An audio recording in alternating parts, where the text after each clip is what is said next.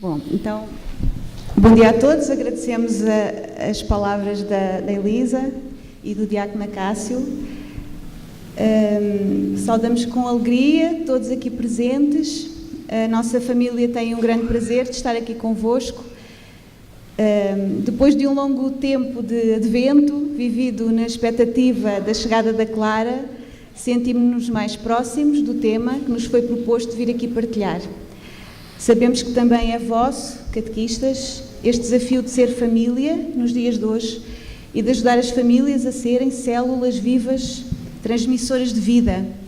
E por isso sentimos-nos à vontade, somos igreja e estamos em família.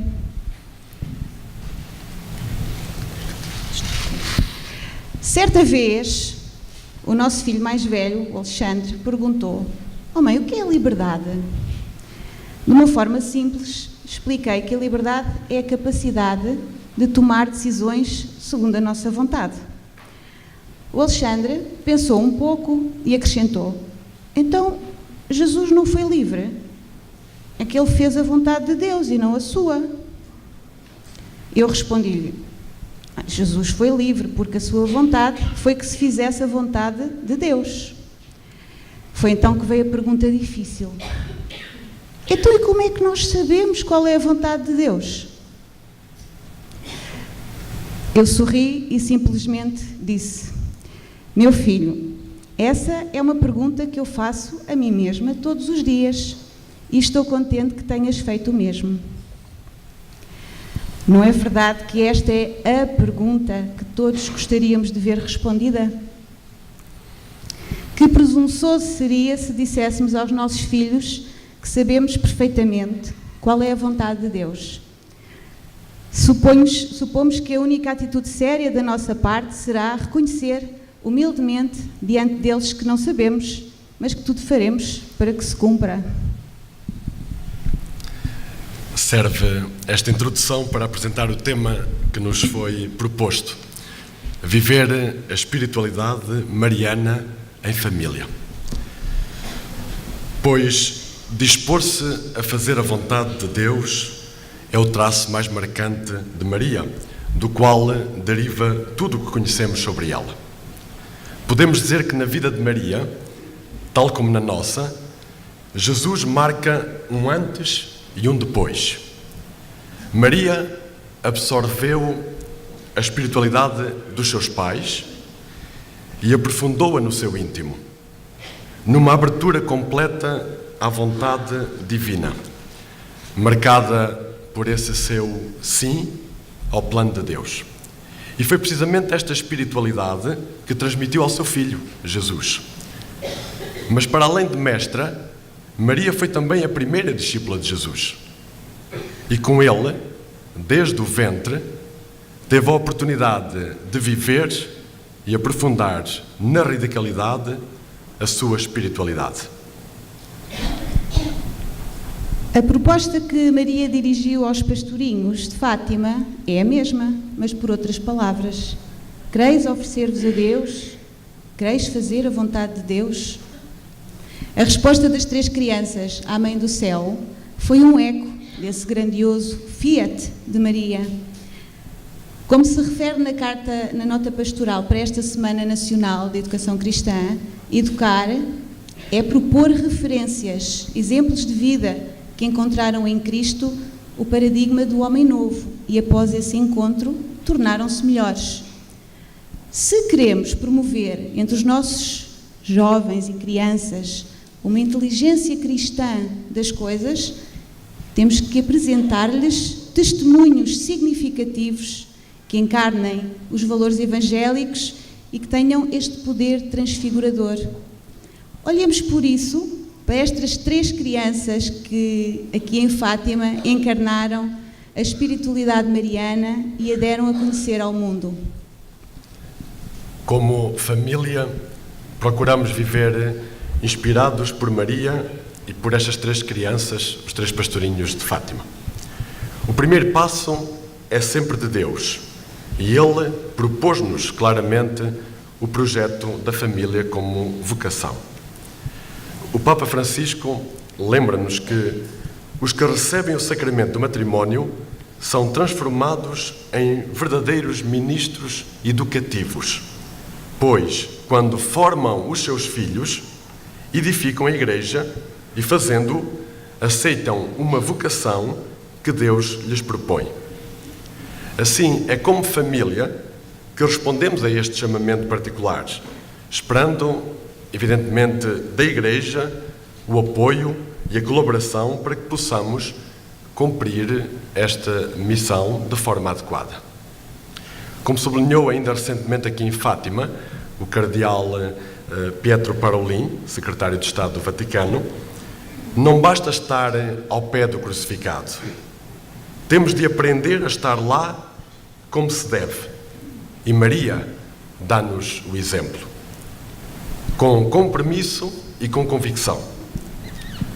Com os olhos postos nesta atitude de Maria, partilhamos convosco 5 verbos, ou podemos dizer 5 ações, com que procuramos cumprir o sonho que Deus tem para a nossa família. E o primeiro verbo é precisamente este: servir. Família que assume uma atitude de compromisso para com a comunidade. Como família cristã, procuramos naturalmente viver e educar os nossos filhos para os valores do reino, centrando-nos na entrega e no serviço. Através de inúmeras experiências, tentamos promover a construção de projetos cristãos de vida, valorizando o esforço, a entrega, a gratuidade, experiências fortes de serviço ao próximo. Contrariamente ao que diz a publicidade, não há uma linha que separa a vida dentro e fora das 4 paredes da nossa casa. Não podemos dizer que a vida em família é um treino para a vida real. A família é a vida real. É o coração de todo o sistema. E se o coração falha, o sistema também falha. A sociedade está em crise porque as famílias estão à beira de um ataque de coração. O Papa Francisco alerta, e cito: uma das maiores pobrezas da cultura atual é a solidão, fruto da ausência de Deus na vida das pessoas e da fragilidade das relações. As famílias de hoje, a grande maioria, está em sofrimento. O mundo em que vivemos está a sentir os efeitos do tempo que roubou às famílias, obrigando-as a um estilo de vida que provoca a fragmentação e o enfraquecimento dos laços entre o casal e entre pais e filhos. Porque somos família, nós acreditamos que temos uma missão em conjunto. E defendemos que se a Igreja dá verdadeiramente prioridade à família, não a deve separar, mas adaptar-se à sua realidade, tornando-se capaz de a acolher de acordo com as suas necessidades. Então, nisto, os catequistas também têm uma palavrinha a dizer. Reuniões de pais da catequese. Muito bem. E então os filhos? O que é que fazemos com eles? Desligamos-los temporariamente? As atividades da Igreja, encontros de oração, reuniões de preparação, celebrações, são oportunidades excelentes para iniciarmos os filhos, as famílias, em conjunto, para a tal missão Ida em Paz. Em setembro, fomos a um encontro de pais da catequese, aqui da nossa paróquia, dar o testemunho. Eram já quase 10 da noite, de uma sexta-feira muito preenchida, e quando começámos a falar, o nosso filho mais novo começou a dormir e teve o tempo todo a dormir no banco da frente. Não foi, Bernardo? Bom, nós não nos consideramos pais demasiado exigentes, mas queremos que os nossos filhos saibam, e por isso eles foram connosco, que fazer a paz, construir o reino, dá trabalho. É cansativo, exige esforço. Que o pai e a mãe estão comprometidos nisto. É importante para nós.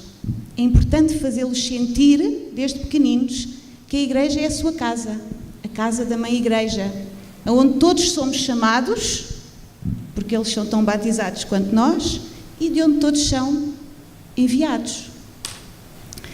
Na tarefa educativa é fundamental crescer para a vida com uma também crescente capacidade de serviço e doação, uma vez que é pelo caminho do amor que o ser humano se realiza plenamente.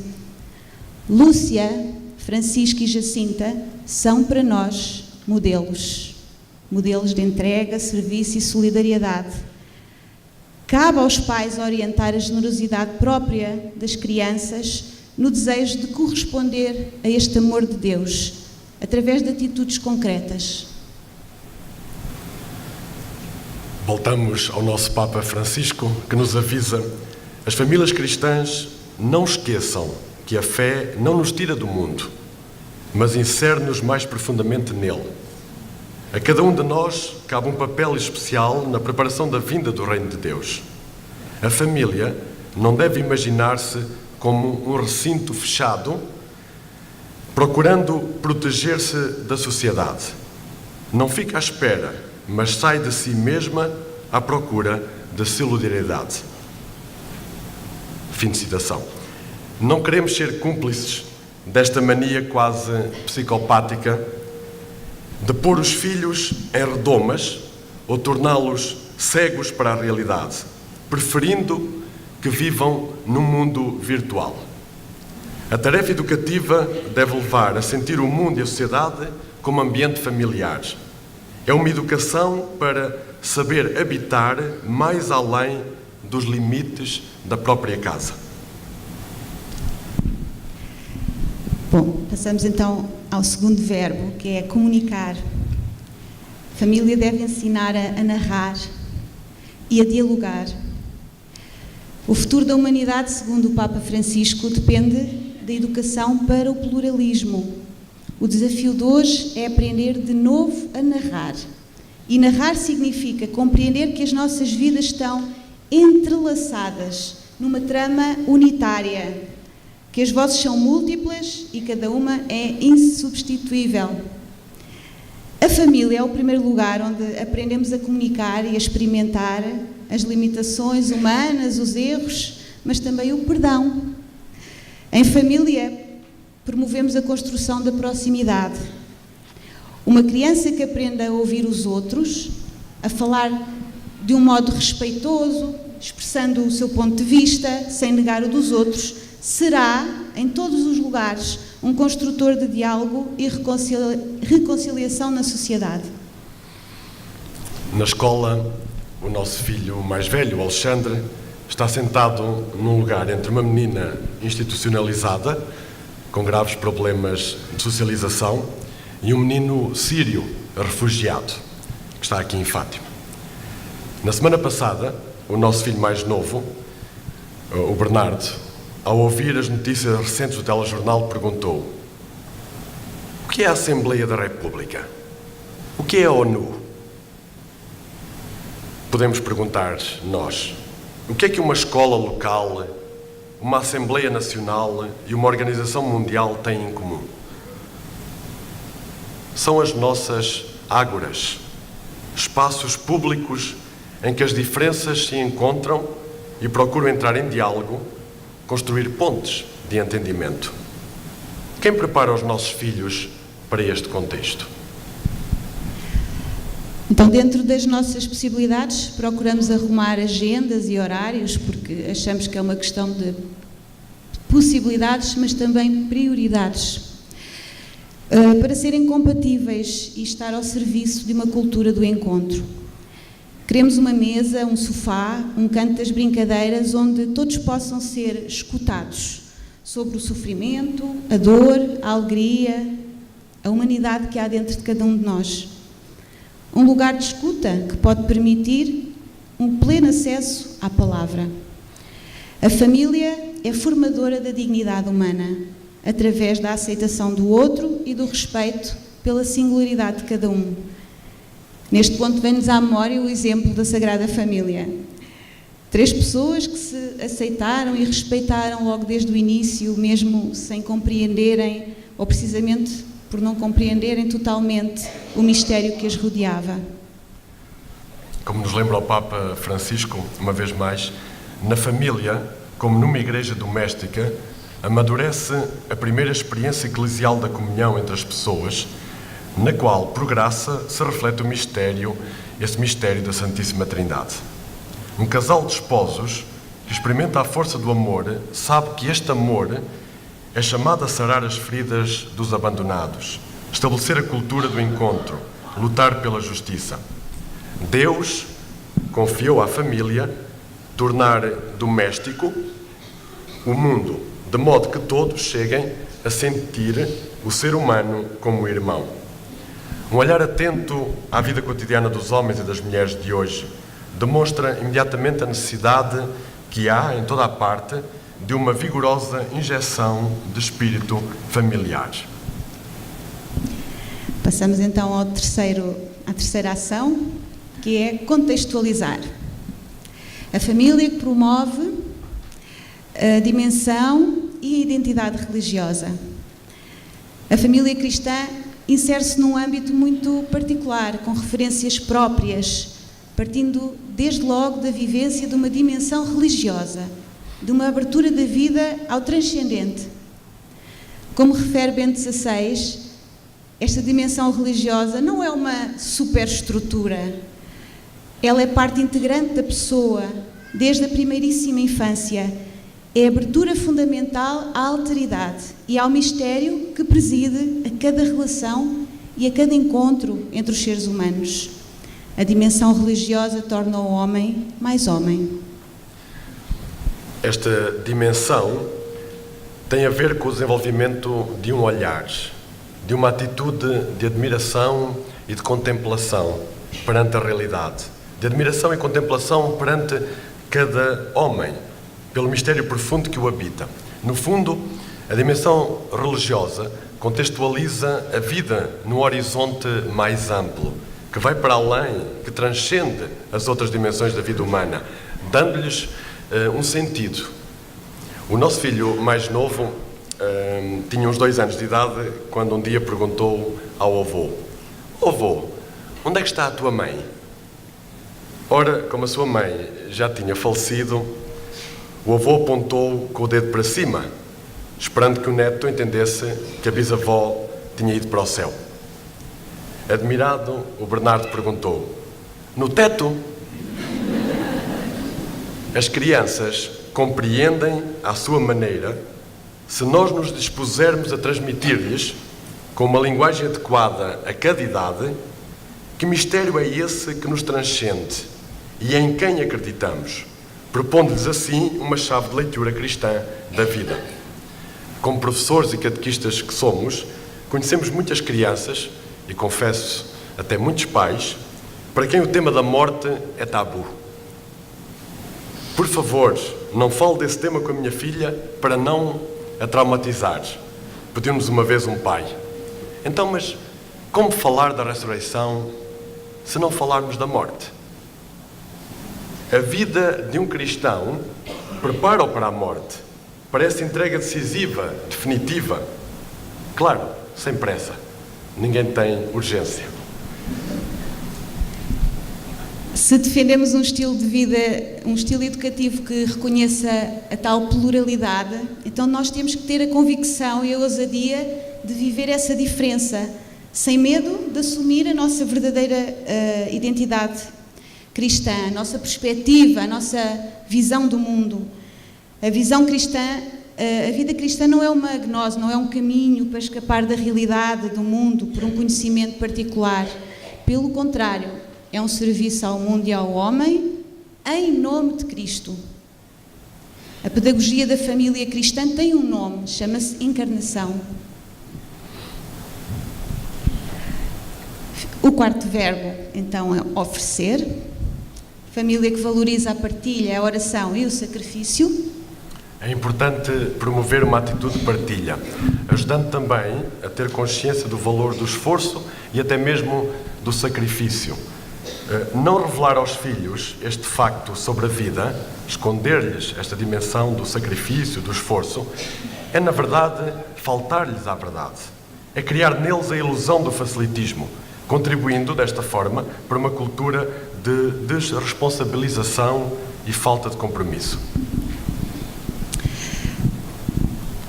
nós pedimos autorização aos nossos filhos para ir dando estes pequenos exemplos, não é? Para isto não ser demasiado cansativo.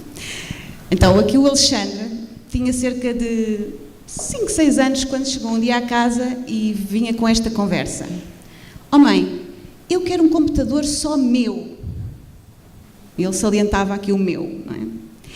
Depois de tentar perceber o que é que estava por trás desta tal aspiração do Alexandre, os seus colegas tinham um computador no quarto, onde podiam jogar livremente, não tinham que estar a partilhar com ninguém.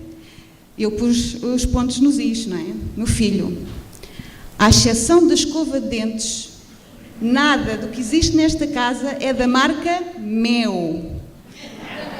Nem mesmo a roupa interior que, estando em boas condições, passa de ti para o teu irmão. Na nossa casa é tudo marca Nosso. A palavra dom e o conceito de gratuito foram banidos da esfera pública e da educação nas suas múltiplas instâncias formais e informais. Perante um cenário governado pelas lógicas do marketing contemporâneo, as novas gerações têm crescido e recebido uma educação centrada no receber, mais no receber, por oposição ao oferecer, ao dom, ao dar. E Bento XVI lembra-nos da antiga tradição devocional em que as pequenas moléstias do dia-a-dia adquirem um sentido e contribuem para a economia do bem, do amor entre os seres humanos. E aqui, o comportamento dos pastorinhos supõe esta leitura da vida, em que o esforço, o sofrimento e o sacrifício, acompanhados por essa preposição por, fazem sair do egoísmo, para se pôr diante do outro num contexto de solidariedade e subsidiariedade. Em Fátima, como há 2000 anos atrás, nós ficámos admirados por um Deus que se incomoda com o sofrimento das pessoas e se deixa ajudar, através de meios aparentemente inúteis e ineficazes aos nossos olhos, como a oração e o sacrifício. Mas trata-se simplesmente de que eu posso, de uma forma solidária, reparar o mal feito por outra pessoa, como quando uma mãe limpa o leite entornado pelo filho pequeno. Funciona assim a comunhão dos santos. Voltamos então a essa pergunta da Nossa Senhora aos pastorinhos em Fátima. Quereis oferecer-vos a Deus? Nossa Senhora não questiona se queremos oferecer algo a Deus, mas sim se queremos oferecer alguém, isto é, a nós mesmos. Esse é o verdadeiro sacrifício. Esse é o verdadeiro sacrifício reparador, à semelhança da atitude de Cristo. Uma dupla pró-existência. Uma existência para o Pai e uma existência para os irmãos. A abertura da família a Deus e aos irmãos, através da oração e do sacrifício, é o caminho que nos esforçamos por trilhar para que os nossos filhos, de forma indutiva, descubram por si mesmos a importância de determinados valores, determinados princípios e normas, em vez de lhes impor como verdades indiscutíveis. E finalmente, o quinto verbo, pensamos que são todos muito marianos, mas este também, não é? Agradecer. A família que faz da vida uma ação de graças, uma Eucaristia. O paradigma da família é a imagem da refeição. O próprio Jesus, toda a sua vida, deu importância às refeições, como nós sabemos, ao comer com. O tema destas jornadas, fazei tudo o que Ele vos disser, aparece precisamente num contexto de uma refeição, de um banquete nupcial. Mais uma vez, Jesus e Maria ensinam a arte de bem servir, sempre associada à arte de agradecer. Os momentos da refeição são oportunidades únicas para se ensaiar a fraternidade universal, transformando o receber do pão no ser pão para os outros. Podemos dizer, à mesa como na vida. Há uma arte de viver em conjunto que o pão partilhado nos ensina. É uma arte frágil, delicada, onde todos somos principiantes. O Papa Francisco defende que é precisamente a família que introduz a fraternidade no mundo. A partir desta primeira experiência de fraternidade, esta experiência em família, alimentada pelos afetos e pela educação familiar, o estilo da fraternidade irradia-se como uma promessa sobre a sociedade inteira. A oração à hora das refeições, tantas vezes difícil de fazer, é, porém, uma oportunidade para tomar consciência de que a vida é um dom e, como tal, devemos vivê-la em permanente ação de graças. Como já foi aqui dito, a nossa família nasceu de uma amizade entre mim e o Nuno, no contexto de uma missão em Moçambique. Nós tivemos 2 anos no norte de Moçambique, ao serviço do povo Macua, um dos povos mais pobres, descobrindo a riqueza do amor gratuito e incondicional de Deus e a lógica de uma existência pautada pelo oferecimento e pela gratidão. Este povo é caracterizado por uma alegria contagiante, que quase faz esquecer a fome que os esmaga. E de onde lhe vem esta alegria? Bom, provavelmente da convicção de que a vida é uma dádiva, que cada dia é um presente maravilhoso, porque frágil, para ser acolhido com gratidão. E nós procuramos também viver e transmitir este estilo de vida eucarístico aos nossos filhos, praticando esta economia do dom, acolher a vida com gratidão, em espírito de serviço. Gostaríamos de citar alguém que muito admiramos e que apresenta também esta ideia muito bem, numa síntese, Oscar Romero. Diz ele que sublime será o dia em que todos os batizados compreenderem que a sua profissão, o seu trabalho, é um trabalho sacerdotal, que, tal como o sacerdote celebra a missa no altar da igreja, cada profissional a celebra no seu local de trabalho. Se consagra a Deus tudo o que faz. Ousamos dizer que também a vida familiar é um trabalho sacerdotal.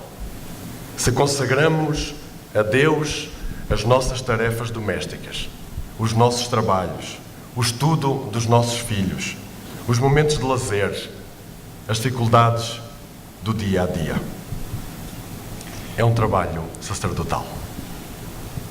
Bom, para terminar então, passamos à conclusão, à síntese final.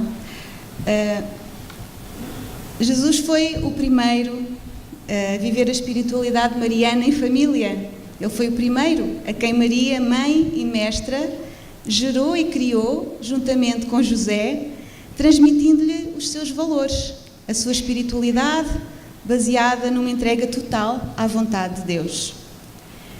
Jesus é o Filho de Deus, mas também de Maria e de José. A pessoa que ele é deve-se também à sua família. À semelhança da Sagrada Família de Nazaré, cuidemos então da nossa parte da responsabilidade enquanto família, confiando que o Espírito Santo se encarregará da sua no respeito pela liberdade de cada um.